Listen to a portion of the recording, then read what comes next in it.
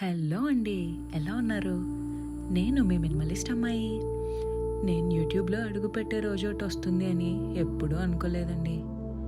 నేను నార్మల్గా ఎక్స్ట్రోవర్ట్నే, కానీ endless busy days and responsibilities వల్ల మెల్లగా ఇంట్రోవర్ట్లా మారిపోయాను.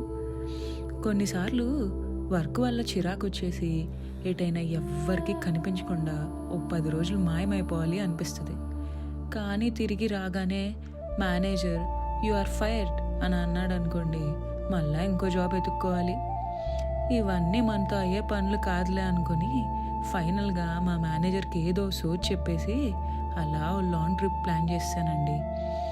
ఎప్పుడు చూసినా ఏదో ఒక పనితో సాగు కొట్టేస్తూ ఉంటాడు. నువ్వు తోపు తురుము అంటాడే కానీ $1 పెంచరా అయ్యా అంటే మాత్రం అస్సలు ఏడుపు వచ్చేస్తుంది ఆయనకి. సో ఆయన గురించి వదిలేసి మనం ట్రిప్ గురించి మాట్లాడేసుకుందాం.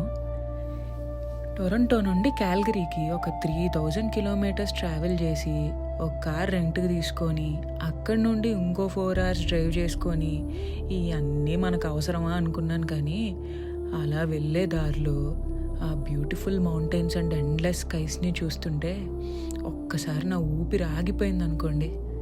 ఫైనల్గా ఆ ప్లేస్కి వెళ్ళిన తర్వాత ఏదో ఒక తెలియని మ్యాజిక్ అండి ఆ ప్లేస్లో. మనసులో ఏదో తెలియని సైలెన్స్.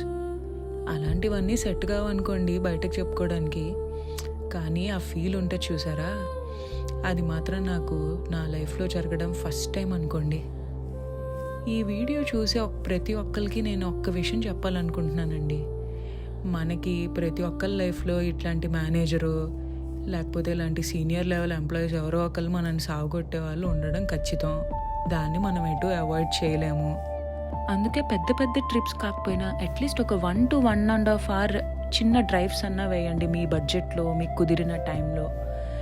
ఈ వీడియో నచ్చినట్టయితే లైక్, షేర్ అండ్ సబ్స్క్రైబ్ చేయడం మాత్రం మర్చిపోకండి.